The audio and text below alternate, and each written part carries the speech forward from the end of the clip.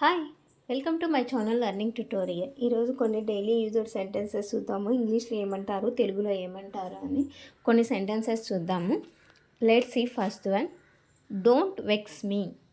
Don't vex me, నన్ను విసిగించకు. Vex అంటే యాక్చువల్గా విసిగించడము. సో డోంట్ వెక్స్ మీ అంటున్నారు కాబట్టి డోంట్ వెక్స్ మీ అంటే నన్ను విసిగించొద్దు అని చెప్తూ ఉంటారు. చాలామంది ఏదైనా పదే పదే చెప్తున్నప్పుడు కానీ, ఏదైనా చేస్తున్నప్పుడు కానీ, ఏదైనా ఎక్కువ మాట్లాడుతున్నప్పుడు కానీ అంటుంటారు కదా, నన్ను విసిగించొద్దు అని. సో దానికి మనం ఇంగ్లీష్లో ఎలా చెప్పాలంటే డోంట్ వెక్స్ మీ, నన్ను విసిగించకు అని చెప్పాలి. Don't compel me. Don't compel me, compel అంటే బలవంతం. Force, don't force me. Force అన్న కంపెల్ అన్న రెండు ఒకటే. ఫోర్స్ అన్నా కూడా బలవంతం. డోంట్ కంపెల్ మీ అంటే నన్ను బలవంతం చేయకు. డోంట్ ఫోర్స్ మీ, నన్ను బలవంతం చేయకు, నాకు ఇష్టం లేకుండా నన్ను ఫోర్స్ చేయొద్దు, బలవంతం చేయొద్దు అంటుంటారు కదా. సో దానికి మనం డోంట్ కంపెల్ మీ అని కూడా అనవచ్చు, డోంట్ ఫోర్స్ మీ అని కూడా అనవచ్చు. Next one, excuse me, pardon మీ అంటే క్షమించడం. ఎక్స్క్యూజ్ మీ అంటే క్షమించడం. ఎవరైనా ఏదైనా చేసినప్పుడు క్షమించండి అని అడుగుతుంటారు కదా, దాన్ని ఇంగ్లీష్లో ఎలా అడగాలంటే ఎక్స్క్యూజ్ మీ, పార్డన్ మీ అంటే క్షమించండి అని అర్థం. Next one, just a minute. Just a minute, ఒక్క నిమిషం.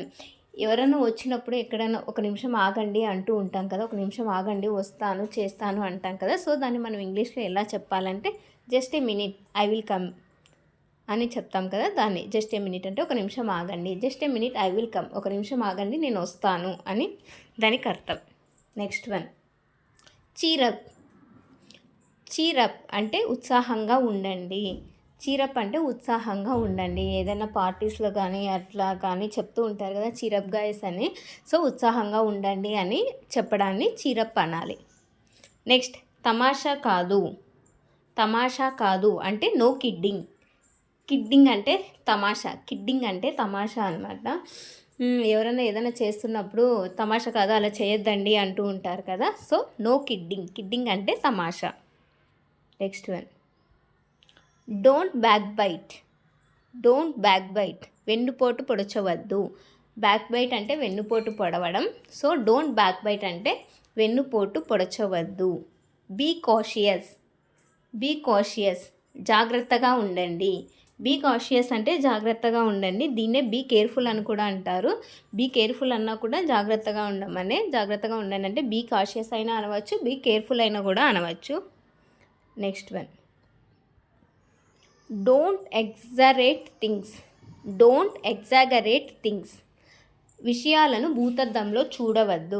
చిన్న చిన్న విషయాలను పెద్దగా చేసి చూస్తూ ఉంటారు కదా, అప్పుడు అంటూ ఉంటారు కదా చిన్న చిన్న విషయాలని ఎందుకు అట్లా పెద్దగా చేసి చూస్తున్నావని. సో దాన్ని మనం ఇంగ్లీష్లో చెప్పాలంటే డోంట్ ఎగ్జాగరేట్ థింగ్స్, చిన్న వాటిని పెద్దగా చేసి చూడొద్దండి అని దాని meaning. I apologize for the mistake. I apologize for the mistake, నేను పొరపాటుకు క్షమాపణలు కోరుతున్నాను. I apologize for the mistake. చాలామంది ఎవరికైనా సారీ ఏదైనా మిస్టేక్ చేసినప్పుడు సారీ చెప్పాలన్నా కూడా చెప్తూ ఉంటారు కదా ఐఎమ్ సారీ అని. సో దాన్ని కొంచెం అడ్వాన్స్డ్గా చెప్పాలంటే I apologize for the mistake అని కూడా చెప్పవచ్చు.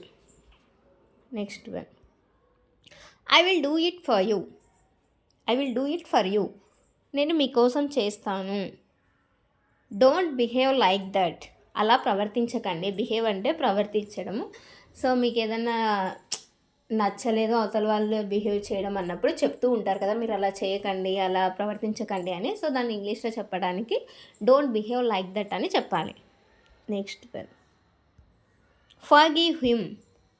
ఫర్గివ్ హిమ్, అతన్ని క్షమించు. ఫర్గివ్ హిమ్, అతన్ని క్షమించు.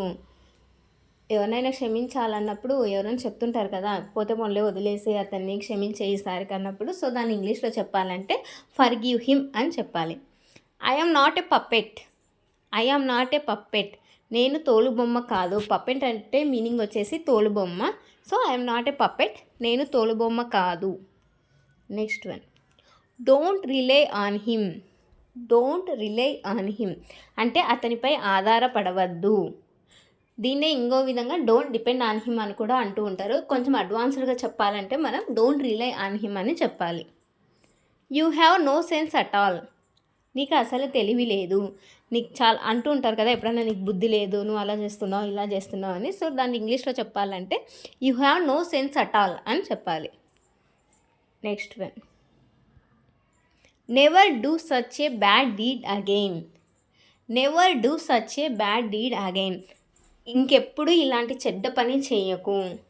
పిల్లలు కానీ ఎవరైనా ఏదైనా చేసినప్పుడు చెప్తుంటారు కదా ఇంకెప్పుడు ఇలా చేయొద్దు, అలా చేయడం కరెక్ట్ కాదు అని. సో దాన్ని ఇంగ్లీష్లో చెప్పడానికి never do such a bad deed again అని చెప్తారు. ఇంకేమైనా, ఎనీథింగ్ ఎల్స్, ఇంకేమైనా ఉందా అని అడుగుతుంటారు కదా ఏదైనా మాట్లాడేటప్పుడు, ఇంకేమైనా ఉందా చెప్పండి అని. సో దాన్ని ఇంగ్లీష్లో అడగాలంటే ఎనీథింగ్ ఎల్స్. ఇంకా ఏం లేదు అని చెప్పడానికి నథింగ్ ఎల్స్. ఇంకేమైనా ఉందా అని అడగడానికి ఎనీథింగ్ ఎల్స్ అంటారు, ఇంకేం లేదు అని చెప్పడానికి నథింగ్ ఎల్స్ అంటారు. Next one, nothing to worry. చింతించాల్సిన అవసరం లేదు. సో బాధపడాల్సిన అవసరం లేదు, చింతించాల్సిన అవసరం లేదు, భయపడాల్సిన అవసరం లేదు అనడానికి నథింగ్ టు వరీ అని చెప్తారు.